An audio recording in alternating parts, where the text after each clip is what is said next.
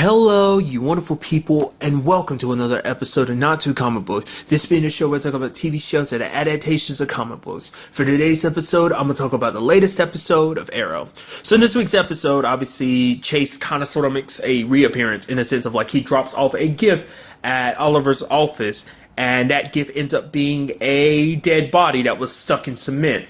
But it seems like it's like, so what's the connection between his body? Why did he send it to Oliver? Well, apparently it's because they end up checking the DNA underneath it, and it turns out that Robert Queen, their dad, his and Thea's dad, technical dad, obviously, when it comes to Thea's whole situation, but their dad was the one that killed him. I mean, obviously, there's a whole flash drive situation, which, like, Oliver didn't want to have anything to do with it, because at first Oliver's so adamant about believing. It's like, no, there's no way my dad did this. It's just Chase doing more and more of his mind games and stuff like that. Thea's a little more being like, well, maybe it's a possibility. I mean, even more so when they do get the flash drive that has evidence. Obviously, Oliver's like, no, I mean, it's just going to be doctored evidence and stuff like that. Because initially he's like, oh, dad's DNA being underneath his fingernail, that's just him doing that too. But it's like, I mean, that was like a 15-year-old crime. It's like, how would he really get your dad's DNA under, like, your dad's been dead for like 10 years now, so it's like, how would he get his DNA like that? I doubt that's something you could, even with his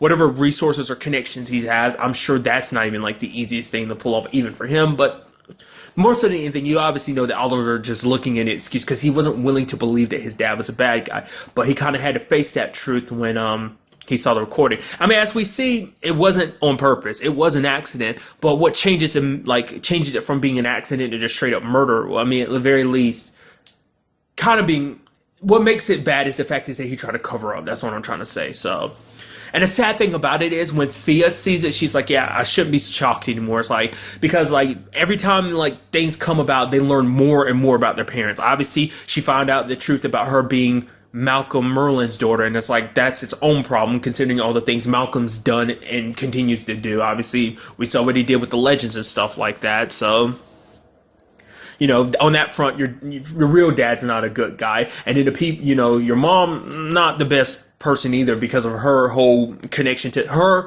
and Robert's connection to the whole undertaking. So it's like their parents aren't saints, and that's something that they have to kind of deal with. The fact is, our parents weren't always the best people, but for Thea, it's like, we were born to be messed up. Like, she's like, it looks at her particular case, it's like Thea's messed up the way she is, and it's just like, it's not, because before, obviously, it was the whole bloodlust from the Lazarus pit and everything, but even now, it's just like something she feels like is broken inside of her. And it's like, the fact of the matter is, never had a chance. When you look at all three of the parents that are kind of in my life, it's like, none of them are kind of like what one would consider great parenting. But even Oliver's like, even though they made mistakes and stuff like that, they did bad stuff, at the very least they loved us. But at the end of the day, Thea's like, even if they did love us, that doesn't erase all the bad things that they done. And this hits Oliver just as hard too, because for Oliver, it's like his father was the foundation to everything. Obviously, everything he's done has all been for the sake of saving Starling City. The mission his father gave him, the last wish that the last thing his father told him to do. Especially because the fact is, for Oliver too, it's like, this is the man that raised you, loved you, and on top of this, sacrificed himself for the sake of making sure you survive. Which is kind of like the fact is, Oliver was like, yeah, I know my dad was kind of like, dad had his problems, because obviously he had his part to play in the undertaking and everything, but it's like, you know, this is kind of a different thing. Once again, it's like, yeah, it was an accident, sure, but the fact is he covered it up, made it worse. But I'm like, because it's like the whole cold-blooded murderer type of thing, it's like, didn't he kill someone in front of, like, it's been a while, but I could have sworn, like, before he killed himself, it was like there was a third dude on the boat, well, on that raft with him, Oliver, and that dude.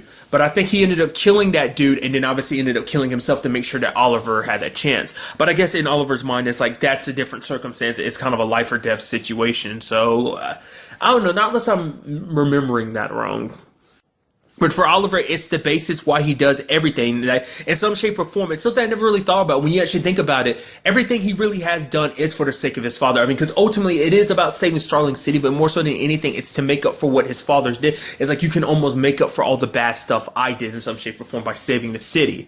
But it's something that, you know, Felicity ends up talking to him about. It's like, Oliver, you can't, like, be so caught up in the past. Like, you have such a hard time moving on from the past. You hold on to it too much. And it's like, you know, I mean, and that's something that doesn't just apply to Oliver, that applies to everyone, but obviously even more so in Oliver's case, because his past is what made him who he is now. If it wasn't for his past, if it wasn't for his father's message, he wouldn't have come back, he wouldn't be the person that he is now.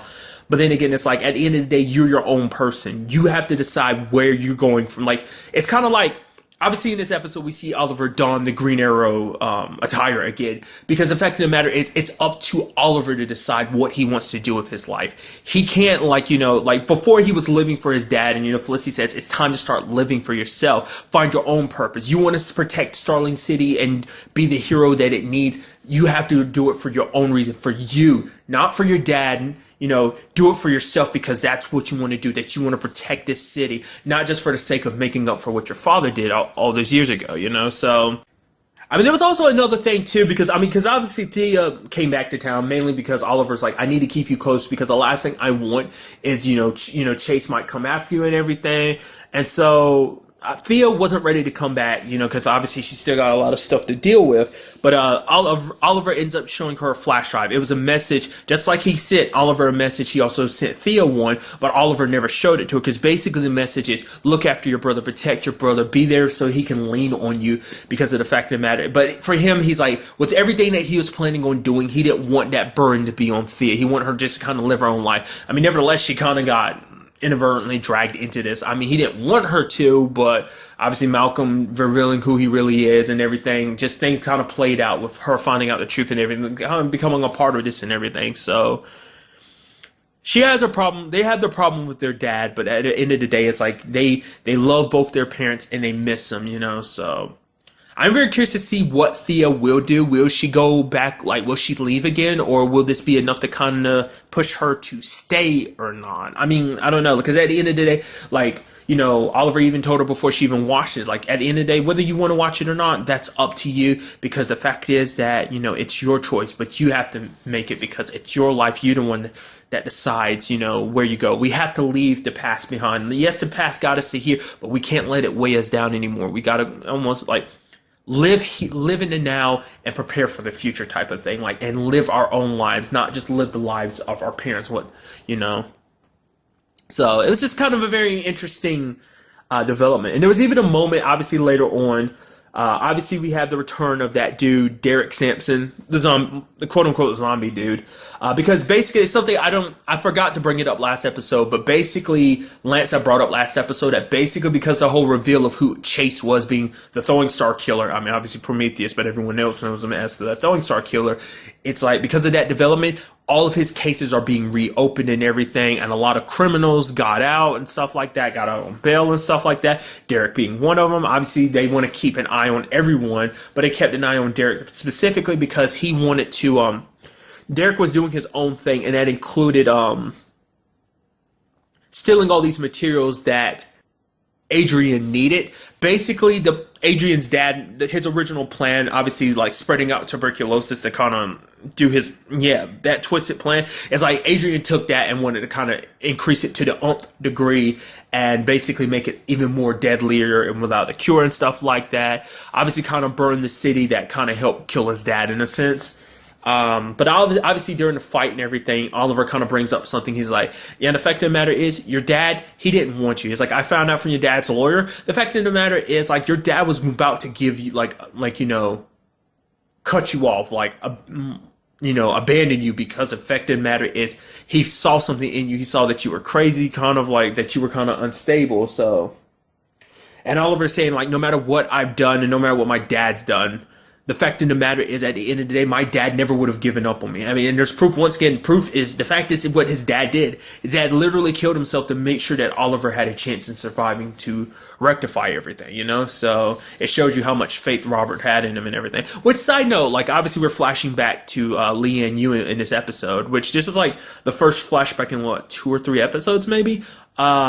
I did not maybe they pointed it out before, but I never realized that everyone was buried beside each other. Robert, Shadow, and Tiana are all buried together, so, which obviously I'll get to the flashback soon enough, but obviously now we have Adrian captured, and then he's sit, and he's locked up in Argus, which immediately I go, that was too easy. Like, he didn't put up much of a fight. Like, the whole him, like, I'm sure everything was to this point. The whole point was probably for him to get captured. He put all this in play. He probably never really cared about setting off something to destroy the city. It's like, no, he just needed something that would draw Oliver in.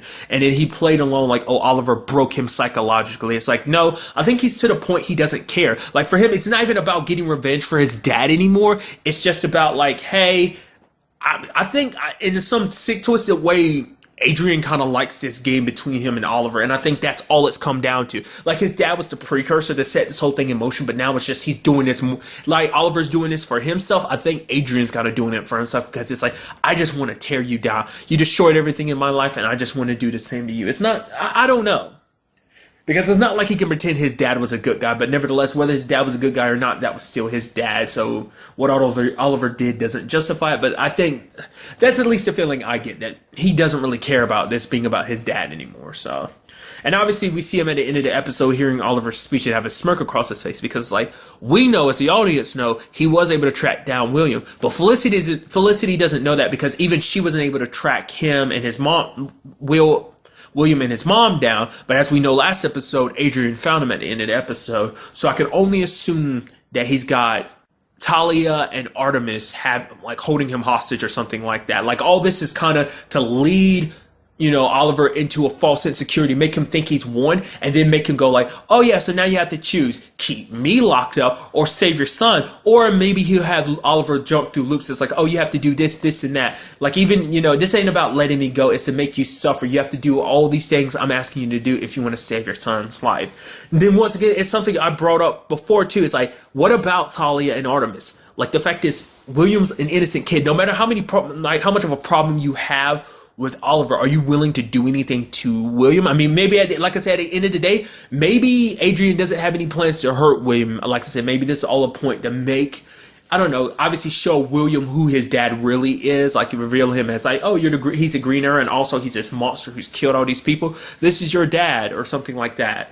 Like I said, I'm very curious to see if they will actually go along with, obviously, everyone's kind of got their own dad issues, because obviously, in general, family issues, so.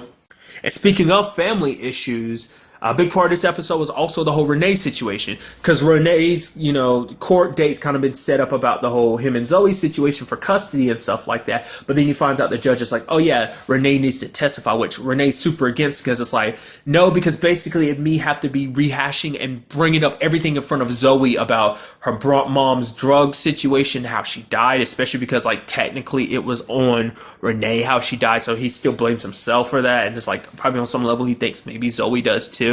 Then everything that happened afterwards, not being there, not being the attentive parent she needed. And it's like also bringing up the whole fact of the matter is, it's like, look at me, like I was never a good parent to begin with, even before I started going out and being a vigilante and everything. So it's really, is Zoe really better off with me or not? It's like, she's in a good home right now. The lady that's taking care of her is taking care of her. And it's like, should I really interfere with that? Which you have Lance being like, no, because the fact of the matter is, if you don't show up, your daughter will look at it as like, oh, maybe my dad doesn't love me. Maybe I did something wrong. Like, you will lose her forever if you don't take this opportunity. You probably never have her back in your life again. And for Lance, he's like, just do this. Because it's like, once again, coming from a father who doesn't have one of his little girls anymore, it's like, he'd give anything to hold Laurel in his arms again. And it's like, you can't really be there being like, oh, should I take my daughter back or not? It's like, he'd give anything to have one more day with his little girl, and you have the opportunity to get her back. But sadly, at the end of the episode, he doesn't show up. So I was like, I mean, obviously at the end we saw that everything was good. Obviously the team's in high spirits because they've taken down Chase and everything, and it seems like, oh, we're going to go celebrate. But it's like, Renee never showed up. Side note, we also found out, oh yeah, Renee hasn't told anyone else. The only people who know about his whole daughter situation is Curtis as well as Lance, which, Oliver could be very sympathetic. I mean, because the only ones who know about him having a kid, I don't even think Curtis knows. I know Diggle knows, and obviously Felicity know, but I'm pretty sure the rest of the team doesn't know about him having a kid. Once again, going back to, how does Talia and Artemis feel about this? Like, the question is, do they even know that, William's a part of whatever scheme or plan, Adrian has up his sleeves? So it makes you wonder, did something come up at the end? Did he just decide to kind of back out? Or was there something that came up? I mean, because I felt like if something came up, they would have made a point to point it out. But maybe Renee was just like, "Hey, I'm not good enough." It's just I don't know. Especially with this whole situation with Adrian finally being captured, you think he take this? Oh, this is a good win, and now that I'm on this adrenaline, I'm gonna go get my daughter. But I don't know. Maybe it put things in perspective for him. I mean, I don't know. Like, Lance was trying to give him an opportunity. It's like, oh, let's hold on a couple minutes. But the judge was like, he didn't show up. And it's just like, you see the look on Zoe's face being so sad. So, I mean, hopefully we get an answer to what he was up to, what was so important at this point in time. Like, maybe we end up finding out he got hurt or something. Maybe Talia or Artemis like cornered him or something, and we find that out. And maybe at like the beginning of the next episode. I don't know. We'll just kind of have to wait and see. But as I brought it up earlier, though, we did get a flashback in this episode. It's Oliver and Anatoly popping up at Lian-Yu, and obviously it's all about setting everything up because the whole plan is obviously complete the circle. Obviously, take us back at the beginning of the series to make everyone think he's always been on Lian-Yu these past 5 years. Can't let them know all his other extra activities all over the place. There's a conversation between him and Anatoly that I thought was kind of interesting because obviously, like, Oliver brings up, like, okay, I wear the hood because once I wear the hood, I'm able to protect, that way anyone I go after won't be coming after me. They'll be coming after Hood, and that protects everyone that's important to me, which Anatoly responds is like, that's very naive because Oliver, when you, even in a situation like that, the people we always end up hurting are the people we're trying to protect, the people we care about. They're the ones that always get hurt. They're the ones that have to pay the price. And he's like, so for you, Oliver, you have to pay the price for your father's mistakes. And it's like, who will pay the price for yours? Which is like, there's many number of people. And I guess they're kind of setting it up to be like, William will have to take this fall for his mistakes. So it's kind of almost like an endless cycle for the queens, just having to pay for the mistake of their parents, over and over again. So, which in this episode, we did see Oliver kind of taking, he fessed it up. I mean, obviously they could have hid it. I mean, well, they actually couldn't because Lance tried to hide it, but he's like, yeah, this can't stay buried, which is like, Oliver confronts it. He's like, yeah, the DNA says my dad was a part of it. And like, my dad's not here to defend himself. But the fact of the matter is my dad sacrificed himself so that I could be here, to build a legacy, that the Queen family could basically be proud of. So obviously him and Anatoly say their goodbyes. He even finds Slade's mask. Just setting everything up to keep up with this, charade that he's been here the entire time. And then at that moment, like, obviously, like, we see at the end, Kovar shows up, which I was kind of wondering, like, I feel like it had to be one more thing going on in past, because it's like, it's been a long time since I saw the first season, but it's like, I could have sworn he was in kind of the hooded outfit when they originally picked him up, so I was like, so does he change into that? I was like, no, maybe he was wearing that because he was doing one more fight beforehand, so I was like, is that what they're setting this up to be? And it seems like that might be the case. If you don't know, if you haven't listened to the other podcasts, but at one point I was wondering, like, Kovar, where he played in all this, because obviously we knew, like, Malcolm helped save him, so he's still alive. Now I was wondering if Kovar was a problem in the past, or was he a problem in the present day? Like, maybe he's someone connected to Adrian and Talia that basically he backs them. Maybe he gives them the money and resources they need to do what they need to do. Or I was like wondering, or is he just a past thing, or is he both in the past and the present? With the way things are set up, I'm kind of getting the feeling like it's just a past thing, because especially with him being on an island with Oliver now. So overall, very good episode. I'm very interested to see, obviously, where that's going, because we are winding down on Arrow's season 2, because, like, now there are only 2 episodes left this season, so I'm very interested to see how this whole situation with Prometheus ends. But really, that's all I want to talk about in this episode. Till the next time we meet, be happy, be safe, live life to the fullest, and enjoy it. Good day, and goodbye.